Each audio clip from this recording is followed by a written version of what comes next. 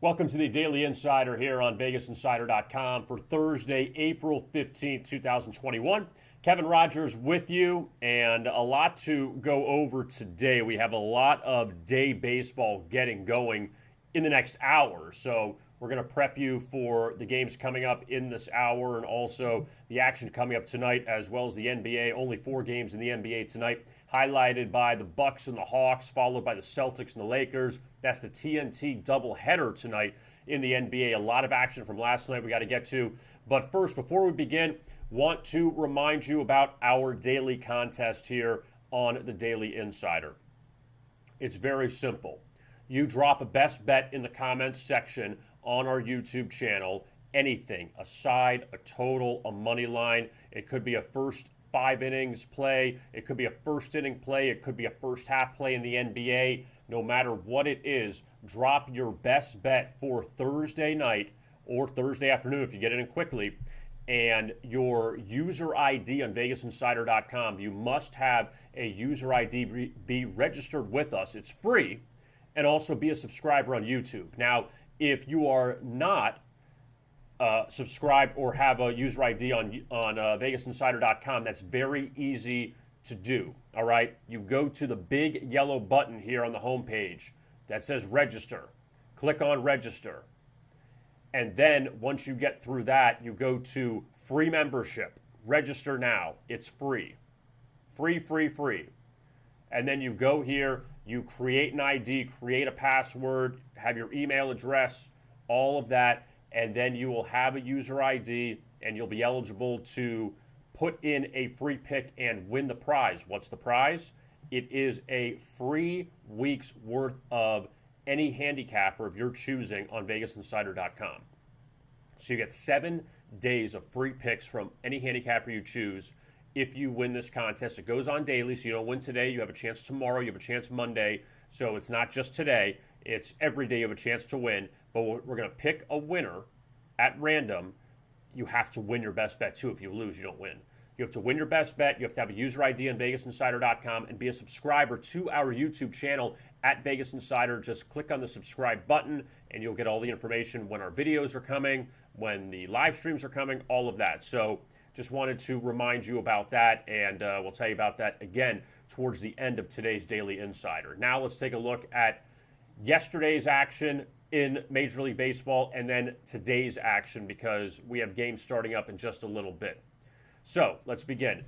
Washington ends up winning at St. Louis 6-0, and the Nationals end up taking 2 of 3 in that series, so they rebound from the blowout loss the night before to the Cardinals, and Adam Wainwright, tough to trust him as a home favorite.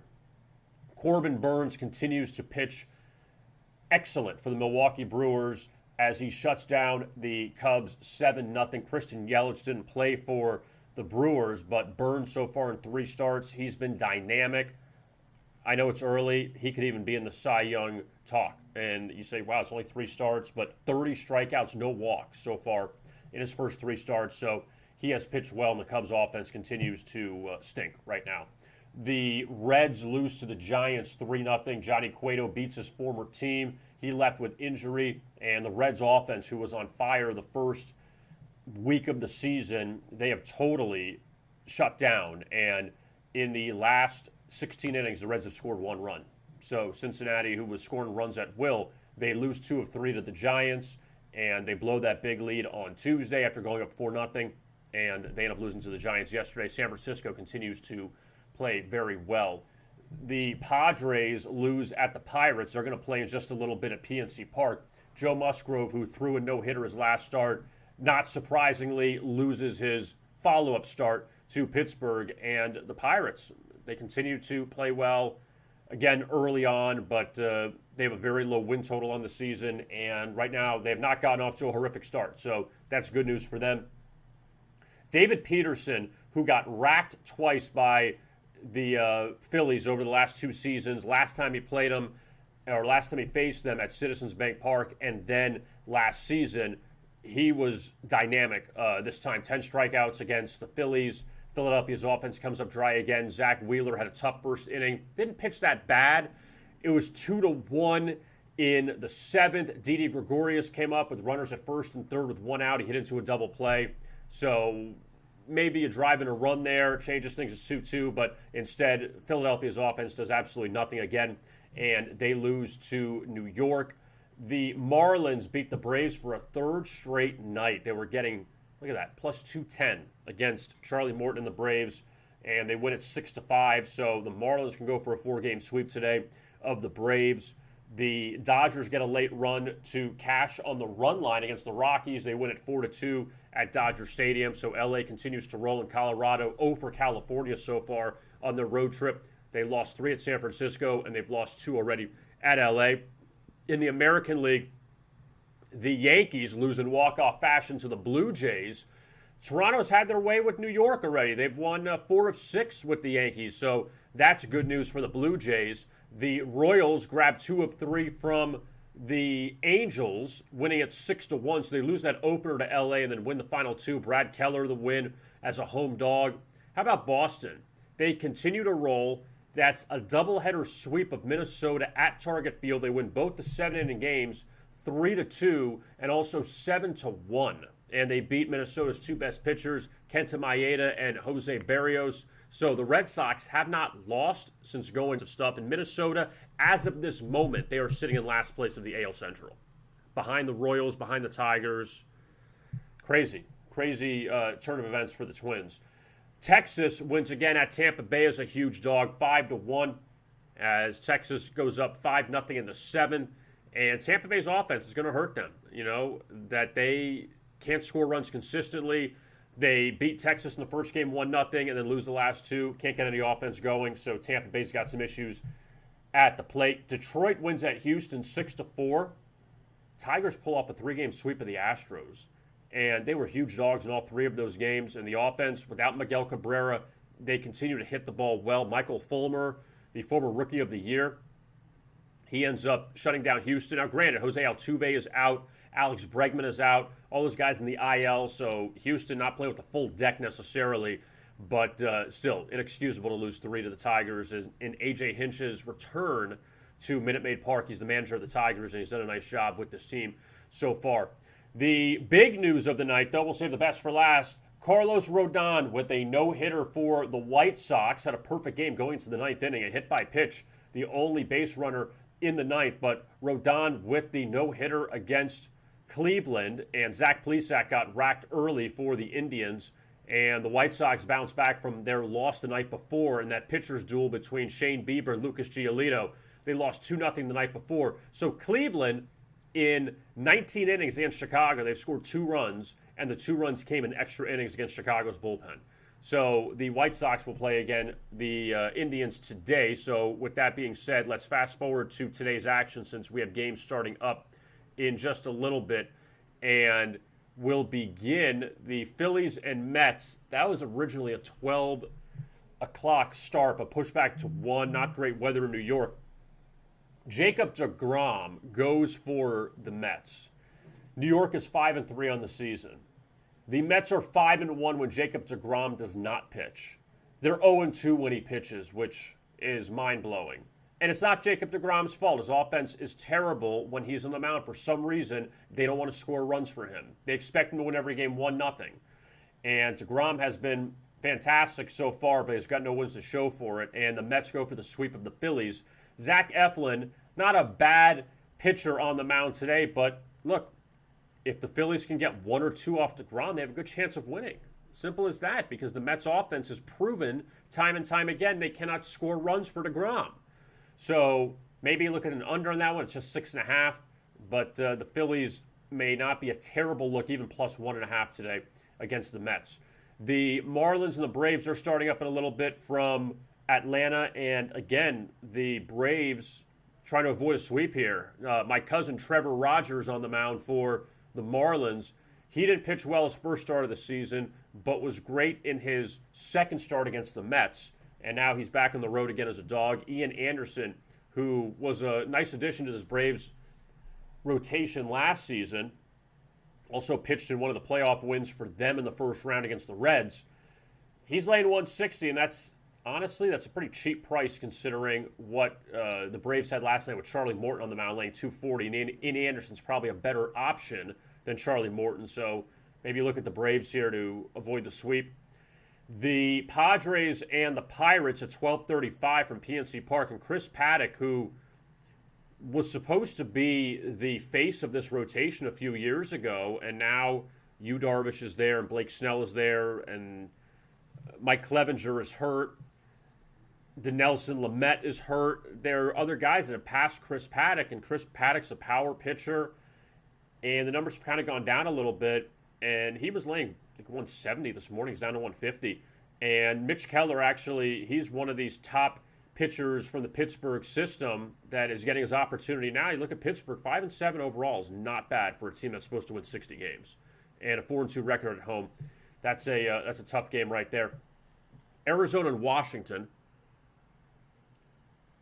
Patrick Corbin going against his former team tonight, and the Nationals 0-9 in Corbin's last 9 starts, dating back to last season. He lost his first start to the Dodgers, and again, that's not an easy task. Washington so far, 3-6. They faced Atlanta, LA, and St. Louis, 3 playoff teams from last year. Now you get Arizona. First with Patrick Corbin. Gave up 5 runs in the second inning of his last start against the Dodgers back on Saturday at Dodger Stadium. He walked the first 3 batters that inning, got a force out, and then the Dodgers got a 2-run single. They got a homer later in that inning, but he gave up just 2 hits. He gave up 5 runs and 2 hits in an inning. So obviously he wasn't getting racked, just had a bad first 3 batters, really set him behind, bases loaded, no outs. But Corbin, though, going against his former team, Merrill Kelly, who has not been a good road underdog. I feel like the only team he pitches well against is San Diego. He has San Diego's number, but past that, he hasn't been great so far this season. The Diamondbacks 0-2 in his 2 starts. Arizona off a pair of losses to Oakland at home. They blew a 5-0 lead 2 days ago with Zach Gallen on the mound. So Arizona, Christian Walker's now hurt for them, their first baseman, and Ketel Marte is out. So Arizona's offense hurting right now, and Washington's still trying to get their pieces back from COVID. Colorado and LA. Austin Gomber, who went to Colorado from St. Louis in the Nolan Arenado trade, he was very good in his last start. Granted, against the Giants, not exactly the same offensive firepower as the Dodgers, but he pitched well, went about 6 innings or so. Only problem is the Rockies couldn't really score off Johnny Cueto in that game. But Gomber plus 240 against Julio Urias, laying 280 tonight. And the Dodgers, look, 10-2 at home. Rockies have yet to win a road game. I just can't see. I can't see suggesting the Rockies even a plus 1.5. They can't score, and like that's probably a pass game tonight. Coming up in just a little bit in the American League. To make sure I got nothing. Well, Seattle and Baltimore, they have a doubleheader. They got rained out again yesterday or last night at Camden Yards. So they're playing 2 doubleheaders in 3 days, the Mariners and Orioles. Now, granted, they're 7-inning doubleheaders, but still, it's not easy to play 2 games in a day. Marco Gonzalez and Matt Harvey in the opener. Gonzalez, Seattle's best pitcher. And in the second game, it's Justin Dunn and Bruce Zimmerman. And can't really say there's a lot of information on Bruce Zimmerman right now, but obviously the better pitching matchup, Marco Gonzalez against Matt Harvey. Granted, Matt Harvey's not the Dark Knight Matt Harvey anymore, but Marco Gonzalez, he last pitched against Minnesota and was like a plus 180 underdog and lost. Now he's a short favorite on the road. That game gets going in a little bit. Boston and Minnesota from Target Field. The Twins trying to avoid a 4-game sweep by the Red Sox. I mean, look at Boston. They were 0-3. They lost 3 times to Baltimore at Fenway Park. All of a sudden now, they've won 9 in a row. Where did this come from? I guess Alex Cora is back, so the Red Sox have the kind of mojo they had a few years ago when they won the World Series. Now, they don't have Mookie Betts in this team. They don't have Chris Sale pitching. But Garrett Richards goes for the Red Sox. Michael Pineda for Minnesota. I mean, shoot. You know, the Twins, they have 3 really good pitchers at the top of their rotation. Maeda, Berrios, and Pineda. And Pineda, still a quality pitcher, but look at that home record for the Twins. 1-5 so far. And Minnesota beat Seattle, then lost back-to-back to the Mariners. They had a 6-0 lead they blew on Sunday.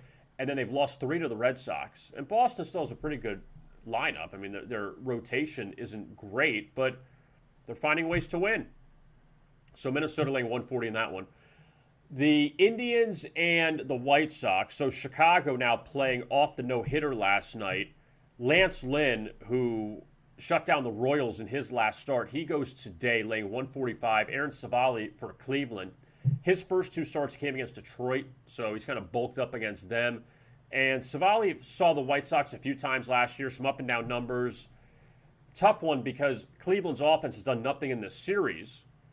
And now you face Lance Lynn. You go from Giolito, Rodon throws a no-hitter, and then Lance Lynn, who has pitched very well. So that's a tough one if you want to back Cleveland. We've seen 1 no-hitter this year. It was the Padres and the Rangers, Joe Musgrove.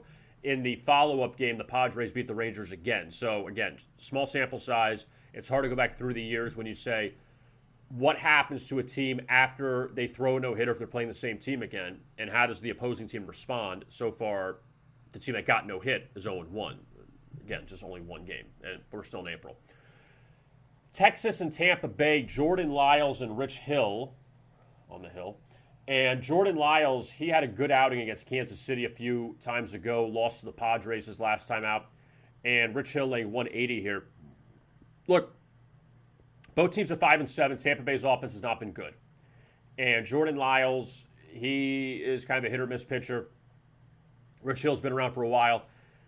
I don't know how you lay 180 with a Tampa Bay team that just can't hit the ball right now. No confidence. Toronto, Kansas City, the Blue Jays haven't determined their pitcher just yet. Jacob Junis going for the Royals. And Kansas City off back-to-back wins now over the Angels. Toronto, they took 2 of 3 from the Yankees. So Toronto's already seen the Yankees twice, or 2 different series, and also Texas. And they had 2 games with the Angels. So they've had some competitive teams they faced. I mean, they lost 2 of 3 to Texas. So now what do you do against Kansas City? And the Royals, they won their opener against Texas. And they also, I believe, won the opener against Cleveland, but they lost the opener the last 2 series to the White Sox and to the Angels.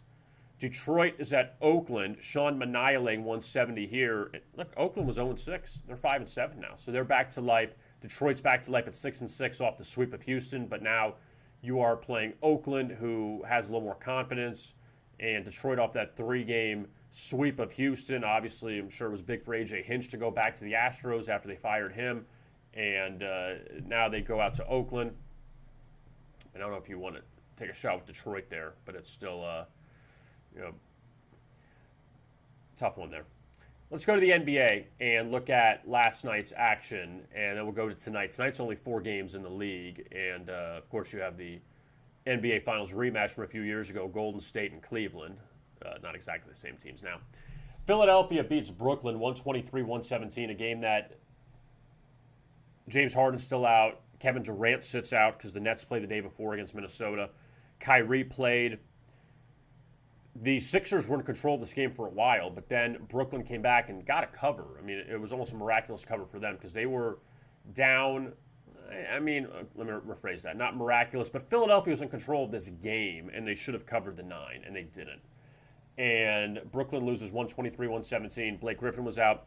Lamarcus Aldridge, in case you missed the news, he announced his retirement this morning. Had some heart issues, and he said, I'm just done.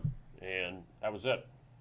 So Lamarcus Aldridge, who played only a handful of games with the Nets after things, after things kind of went sideways with the Spurs, they wanted to trade him, and they released him. He signs with the Nets, and it's just too bad how that ended, that he couldn't even see what could have happened if Brooklyn got to the finals, if he could have played, maybe had a chance at a ring, but he didn't. Still a pretty good career for him. But the Nets pick up the cover, though, 123-117 in that loss, and that game goes over the total of 240. Charlotte loses again at home. They did get Terry Rozier back last night. They had 4 starters out against the Lakers and lost, and they still had P.J. Washington out, Gordon Hayward sidelined, of course LaMelo Ball's out for the season, and Malik Monk is out. So Charlotte doesn't have a lot of pieces to go to, and that's not helpful considering in the Southeast It's Charlotte, Atlanta, and Miami. Those three teams going for the division title. Miami's not playing really well right now. Atlanta is, and they've done it without Trae Young the last few games. But Charlotte's had this opportunity now, playing a Laker team without LeBron and AD, playing Cleveland. Colin Sexton was out last night, but yet they still end up losing to the Cavs, 103-90. And Charlotte's offense, again, you're missing all these guys, you're not going to score. Simple as that. And they were laying 3, and Cleveland's beaten Charlotte so far twice this season. They beat them in the opener at home, and they beat them last night in Charlotte. The Spurs fall to the Raptors, and look at Toronto. Let's give them a round of applause. You know why? They won with no rest for the second time this season.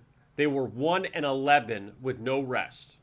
They're now 2-11 with no rest, and they beat their former star DeMar DeRozan and the Spurs. San Antonio had a little winning streak going, 2, but still. And they lose that game, and coupled with Dallas losing, that doesn't really help the Spurs to win the Southwest. But Toronto gets a very rare win with no rest. So congratulations to the Raptors. Orlando, how about them?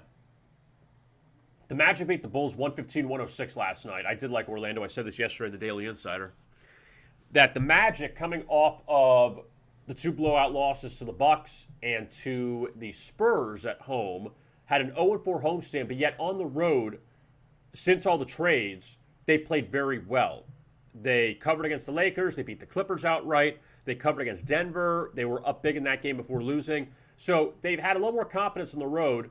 Orlando goes into Chicago last night to face their old friend Nikolai Vucevic.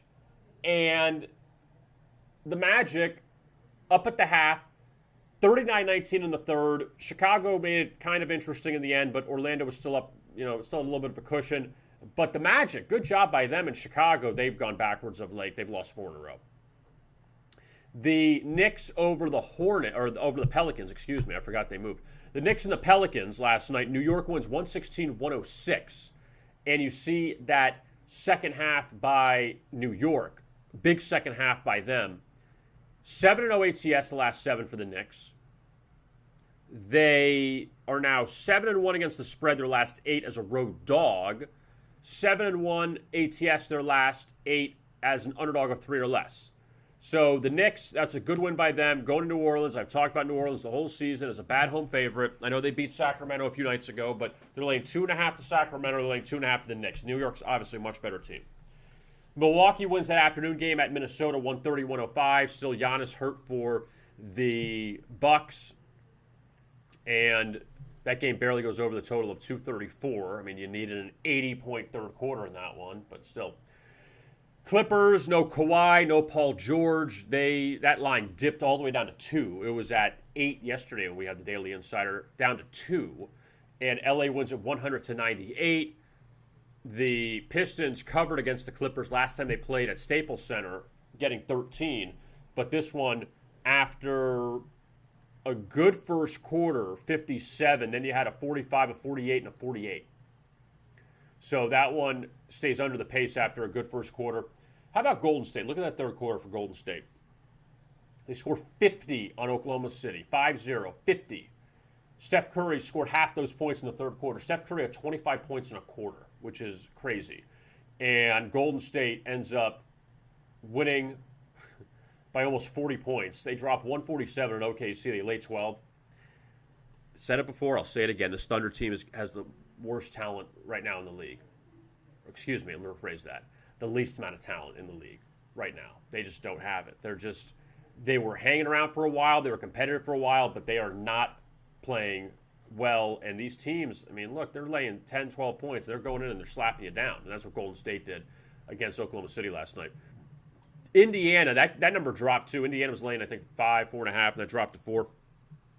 And they hold off Houston 132-124, 42 in the second for the Pacers. They've dropped 75 in the first half on Houston. And for Indiana, after losing to the Clippers the previous night, the Pacers, the one thing I'll give them, they play bad competition, they beat them.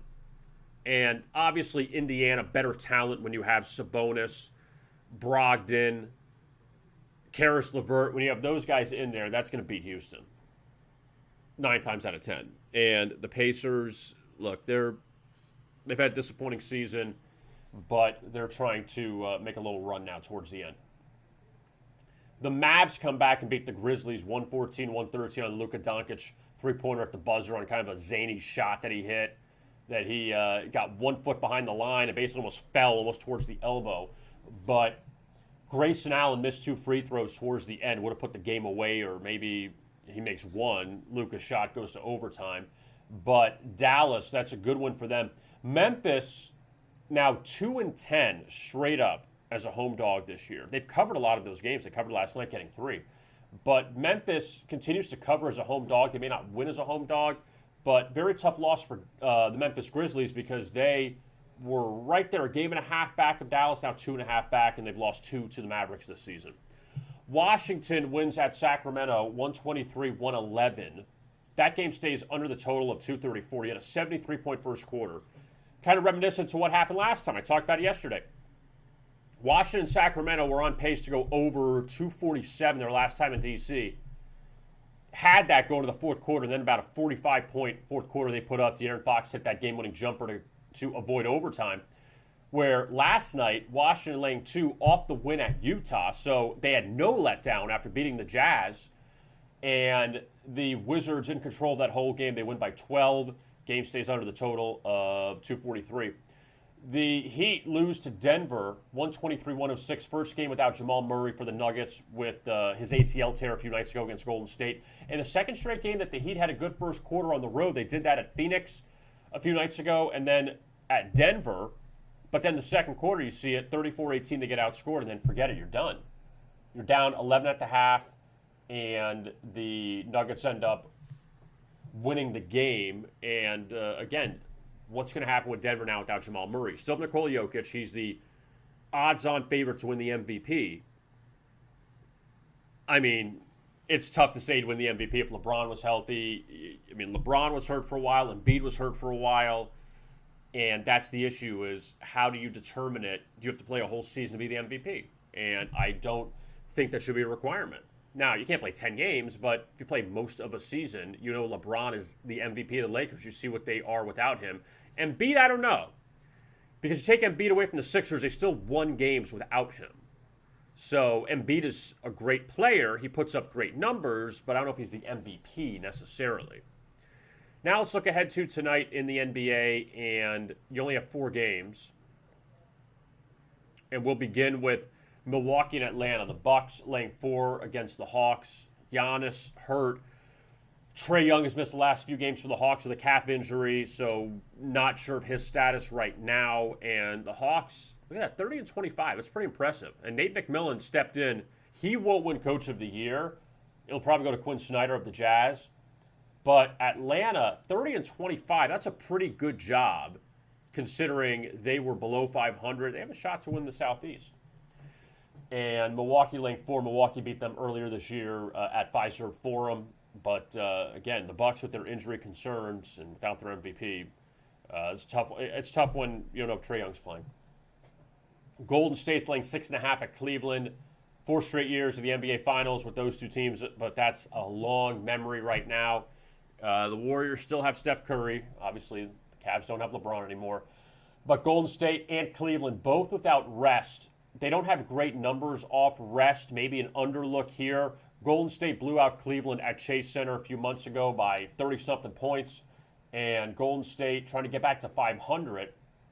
And Cleveland, 20-34, not great. But the Cavs, they've showed some life, which you got to give them. They've been competitive. They hung with New Orleans a few nights ago at home. They went at Charlotte last night. They beat San Antonio on the road convincingly about a week and a half ago or a week or so ago.